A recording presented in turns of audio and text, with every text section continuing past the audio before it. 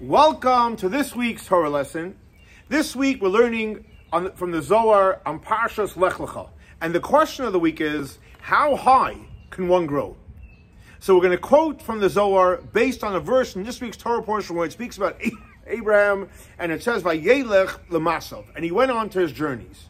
So the Zohar says as follows, Vayelech Lamasav minegev, he went to his journeys from the south, Misitra the Yamino, south referring from the right side, which is Chesed, and Shirusa, it's serving the Alma Ilah, a very high world, Stima, a concealed world, Amika, a deep world, La'ela, even higher, Ad Ein Soif, till the infinite light. Those are 5 levels, the Zohar says. So that's a quote from the Zohar. Comes along the Rebbe's father, and the Rebbe's father says, what are these 5 levels?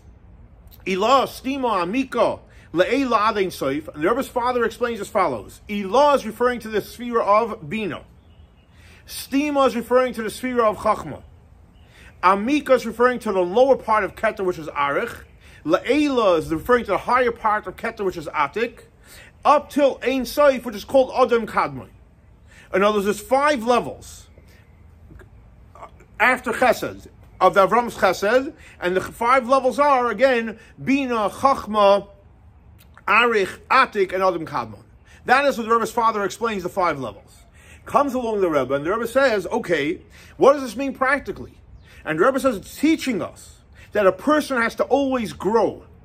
That means whatever level you're at, there's no such thing as being stagnant. You always have to go higher and higher, and you can go as high as infinite. In other words, even after Avram was Halach B'Naseya HaNegba, he transformed Chesed and all the levels of Chesed, but nevertheless, he went on higher, like we just learned from the Zohar, referring to Bina, Chachma, Arich, Atik, up until Ein Sof. And the Rebbe says he wants to make it even more practical. We're talking about 5 levels. What do the 5 levels correspond? So we know everybody has an neshama, and there's 5 levels to the neshama. We'll start from the lowest. Nefesh, Ruach, Neshama, Chaya, and Yechida. Now, what do these 5 levels relate to practically? So we know in Kabbalah it explains as follows, that Nefesh, Ruach, Neshama is the internal powers that we have. Chai, Yechid is the external powers we have, called Pnimi and Makif. But more practically, what is Nefesh? Nefesh means our Maisa, our Dibur, and our Machshava. Our actions, our speech, and our thought. What is Ruach? Ruach is our Midos, our emotions. What is Neshama? That's connected to the idea of intellect, understanding things. And what is Chaya and Yechida? That is referring to our faith in God and our Mesiras Nefesh, our self-sacrifice. In other words, what does that mean practically?